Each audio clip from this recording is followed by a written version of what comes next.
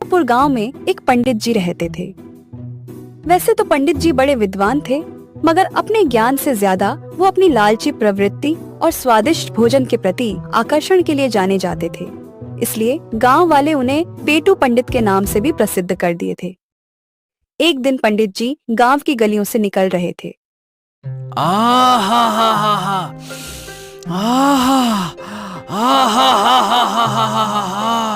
क्या खुशबू है।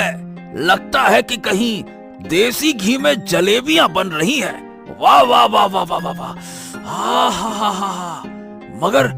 मगर ये खुशबू आ कहां से रही है?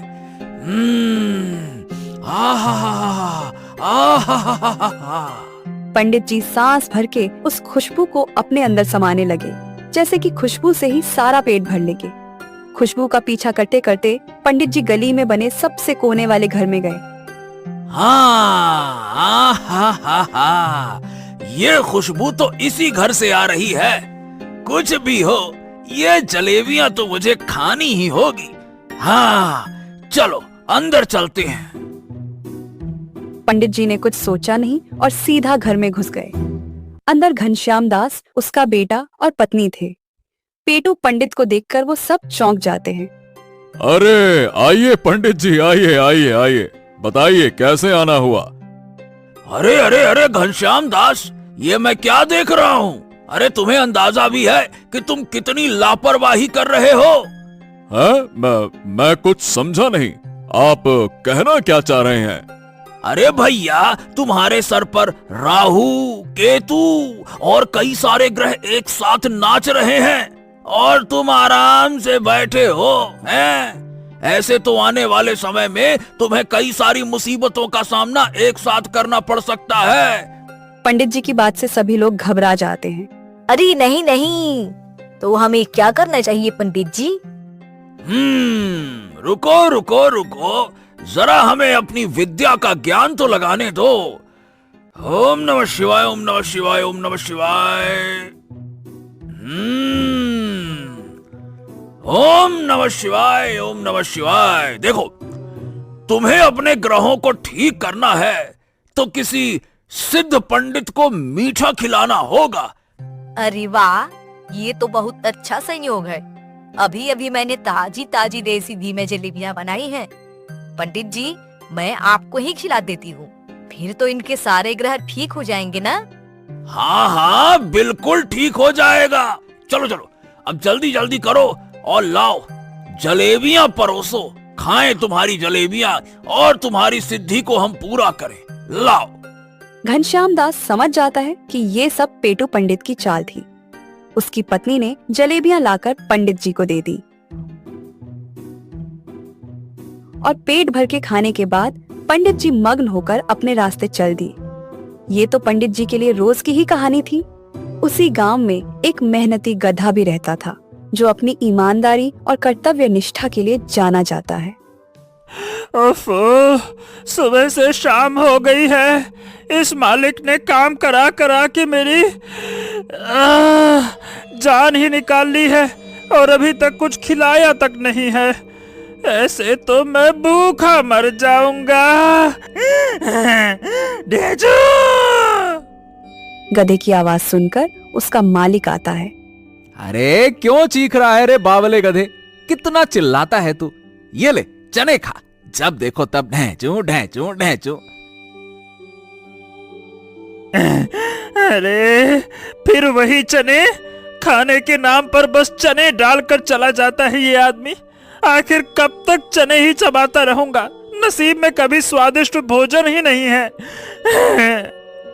गधे ने जो भी मिला उसे खा लिया और फिर गुस्से में घर से बाहर निकल गया। अपना पेट भरने के लिए मुझे कितना संघर्ष करना पड़ता है। ये मेरा मालिक मुझे पर्याप्त खाना तक नहीं देता है और काम ऐसा लेता है जैसे मेरी जान निकाल लेगा। अब मैं इसके लिए काम नहीं करूंगा। गधा गुस्से में यहाँ वहाँ भटक ही रहा था कि तभी उसकी नजर पेटू पंडित पर पड़ती है। अरे वाह, ये तो कोई पंडित मालूम होते हैं, पर इनके कपड़े तो वैसे हैं जैसे किसी ने पराठे बेल कर तवे पे छोड़ दिया हो। खैर मुझे क्या, इन्हें पूछता हूँ कि क्या मेरे लायक कोई काम है इनके पास। वैसे भी पंडित लोग कई घरों में आते जाते हैं, कुछ तो काम मिल ही जाएगा। हाँ। अरे राम राम पंडित जी, जरा ठहरिए तो। मुझे आपसे कुछ काम था। पंडित जी गधे को देखकर हैरान होते हैं। अरे अरे अरे अरे, क्या बात है भाई, तुम्हें भला मुझसे क्या काम है, हैं? वो मैं एक बहुत ही मेहनती गधा हूँ। आप अगर चाहे तो मुझे काम पे रख सकते हैं। मैं आपके बड़ा काम आऊंगा, बदले में ज्यादा कुछ नहीं, बस मुझे अच्छा भोजन करा दीजिएगा। वैसे भी आपके कपड़े बता रहे हैं कि ये आपके लिए कोई घाटे का सौदा तो नहीं है। अरे अरे अरे, क्यों भाई, ऐसा क्या है मेरे कपड़ों में, हैं? पूरे घी में तले हुए लग रहे हैं। ए, चुप कर। ये मेरे कपड़े मेरे विद्वान होने का प्रतीक है, बड़ा आया कहीं का। ओहो, तो क्या मैं काम को पक्का समझूं? गधे की बात सुनकर पंडित जी के दिमाग में कुछ खुराफाती ख्याल आते हैं। हाँ हाँ जरूर, क्यों नहीं। ऐसा करो, तुम कल सुबह मुझे यहीं मिलना, मैं तुम्हें एक काम दूंगा और तुम्हें भरपेट अच्छा भोजन भी कराऊंगा। इतना बोल पंडित जी चले जाते हैं। हाँ। अरे वाह, अब तो मेरे चने चबाने के दिन खत्म होंगे। अब कल से मुझे भी स्वादिष्ट भोजन मिलेगा। गधा ये सोचकर बहुत खुश होता है। एक और रात वो अपने मालिक के घर पर चने खाकर गुजारता है। मन ही मन वो सोच रहा था कि आज चने खाने की आखिरी रात है। अगले दिन सुबह होते ही गधा मंदिर के बाहर पहुंच जाता है। अरे वाह भाई वाह, तुम हो गधे, लेकिन नियम के बड़े पक्के हो, समय से पहले ही आ गए। जी हाँ पंडित जी, अब आप बताइए कि मुझे क्या काम करना है। पंडित जी ने मौके का फायदा उठाने का पूरा इंतजाम कर रखा था। हाँ तो गधे भाई, तुम तो इतने ताकतवर के साथ साथ समझदार भी हो। मेहनत से काम करना, और अगर सारा काम तुम अच्छे से करोगे तो मैं तुम्हें ऐसा खाना खिलाऊंगा कि महाराज भी तरस जाएं। हाँ। क्या सच? पहले वो खाना दिखाओ तो सही, मैंने कभी शाही खाना देखा भी नहीं है। गधे की बात सुनकर पंडित जी अपने झोले से एक घी लगी रोटी निकालते हैं। ये देख, घी में डूबी रोटी, और ये तो बस नमूना है बेटा, असली खाना तो सारे काम को पूरा होने के बाद मिलेगा। एकदम शाही भोजन है। आहा। जी जी, मुझे मंजूर है। तो बताइए फिर कहाँ और क्या क्या काम करना है। हाँ तो काम ये है कि तुम्हें मुझे अपने पीठ पर बिठाकर जहां मैं कहूँ वहां लेकर जाना होगा। गधे को पंडित की बात कुछ अजीब तो लगती है, मगर इस वक्त उसे खाने के चक्कर में कुछ और सोचता ही नहीं। अच्छा ठीक है पंडित जी, मैं सब कुछ करने को तैयार हूँ, लेकिन आपको मेरी वो बात तो ध्यान है ना, आपको मुझे स्वादिष्ट भोजन कराना होगा, और वो भी भर पेट। अरे हाँ हाँ हाँ, वो तुम एकदम निश्चिंत हो जाओ। चलो अब जरा काम पे लग जाओ फटाफट, चलो। इतना कहकर पंडित जी गधे के ऊपर बैठ जाते हैं। अरे बाप रे बाप रे, अरे पंडित जी आप तो बहुत भारी हैं। अरे अपने पेट में किसी सियासत का खजाना लिए बैठे हैं क्या? अरे रे रे रे रे रे रे रे पंडित जी।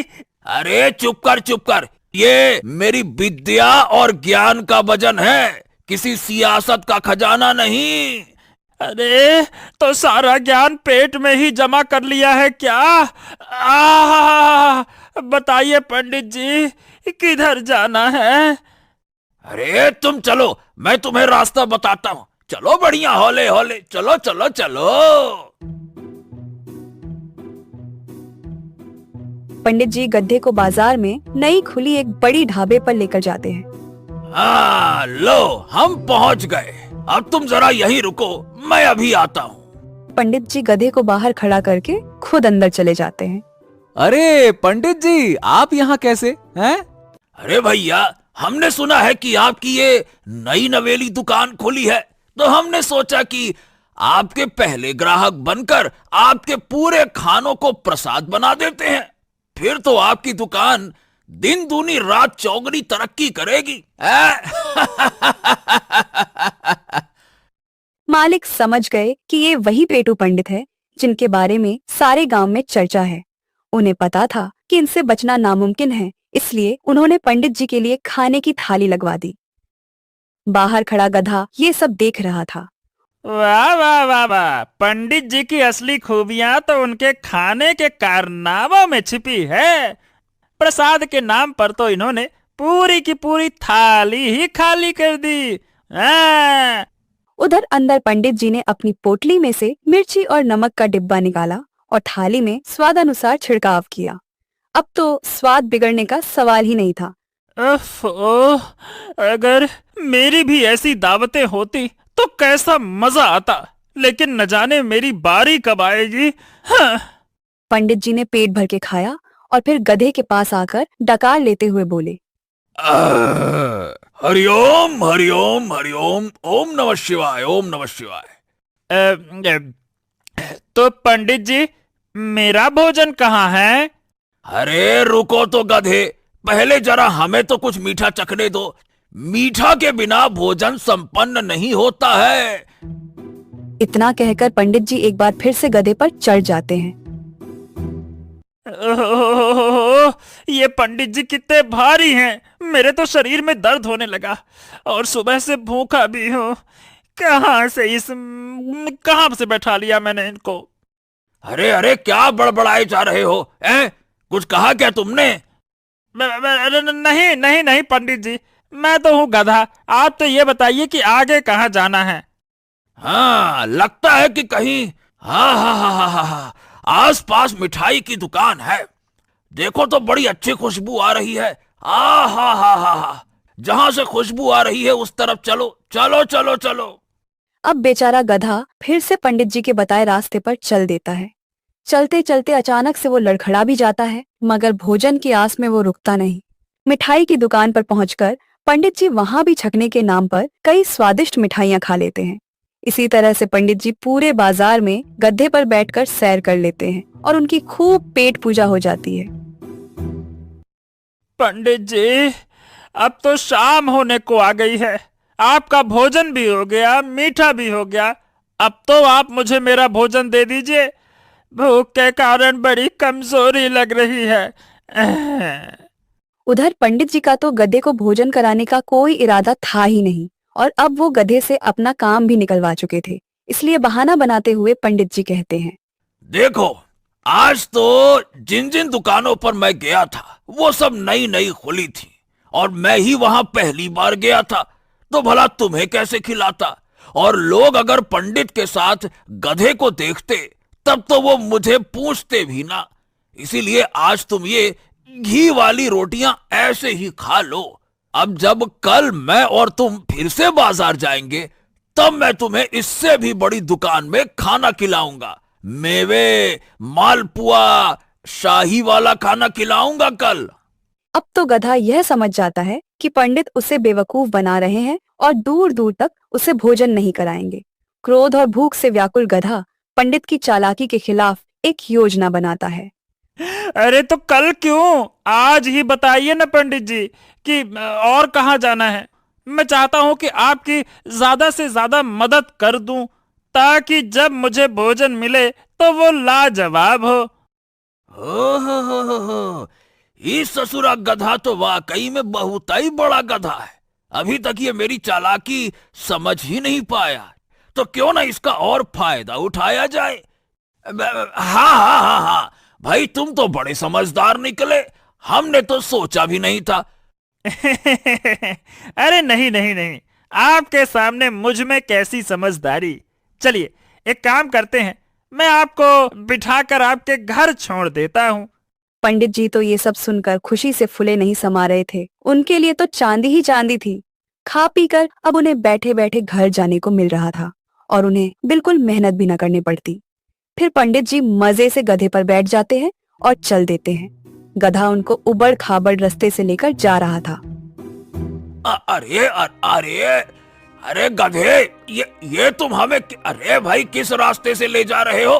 बहुत बहुत दच्चा लग रहा है, मतलब झटके लग रहे हैं। अरे अरे कहीं गिरा, अरे पटक न देना भैया, गिरा दोगे क्या? अरे आराम, अरे आराम से आराम से।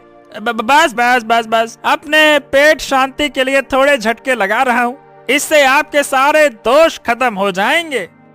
गधा उनके घर जाने की बजाय उन्हें बाजार के मुख्य चौराहे पर ले जाकर खड़ा कर देता है।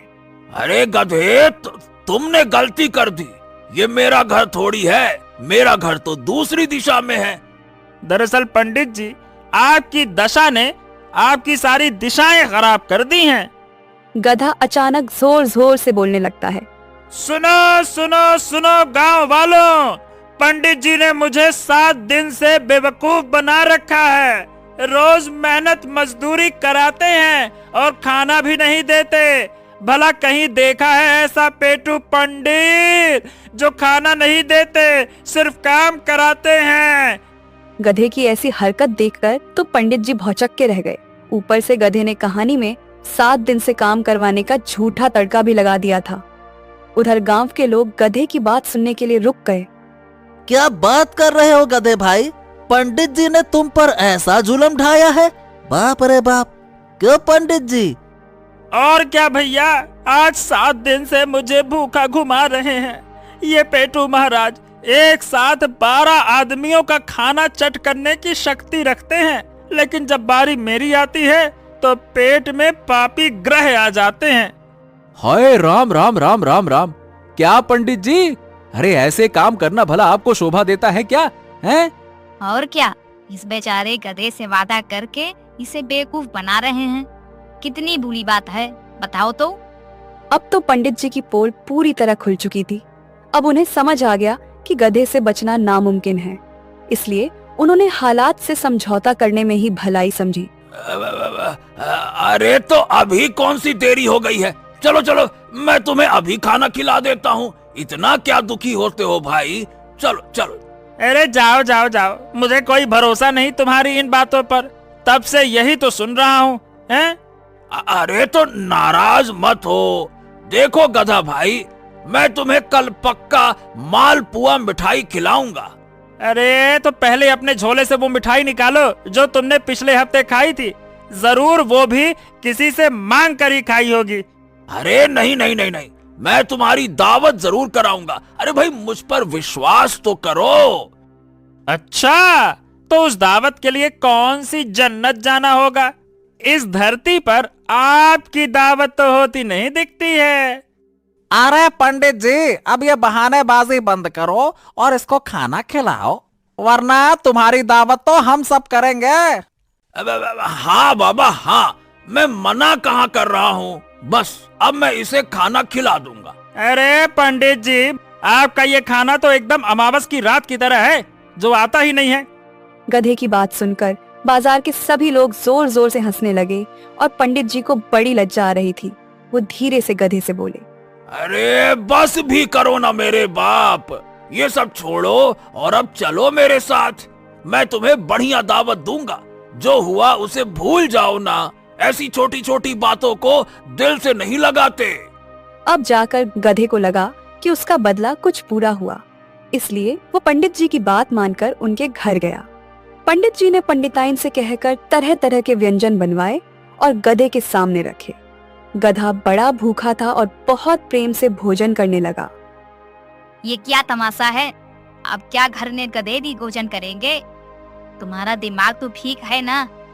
अरे चुप करो, उसे भरपेट खिलाओ और विदा करो। आज इस गधे के चक्कर में बाजार में मेरी पूरी इज्जत की धज्जियां उड़ गईं।